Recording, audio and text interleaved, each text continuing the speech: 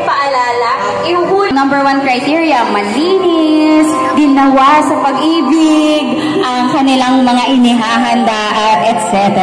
At saka, bahagi niya, hindi lang football. Dahil sabi nga ng ating mga nakikita kanina dun sa ibang mga lugar, sa Apalit, sa Marikina, meron silang mga binabanggit na free service. Doon kay Sis Ana at kay mga sasabihin. Okay, sige, go Sis Casey, Brad, at Then, mga kapatid, at sa amin pong mga mahal na bisita sa ating free services ongoing po yan, yung ating pong medical, free store, yung ating free meal, dental, at iba.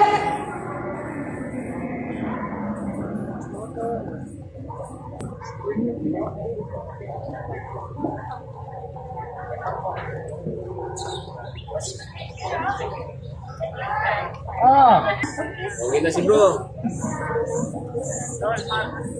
Ano ka tayo? Ano po, natividad. Ako yun. Paro. Di ba?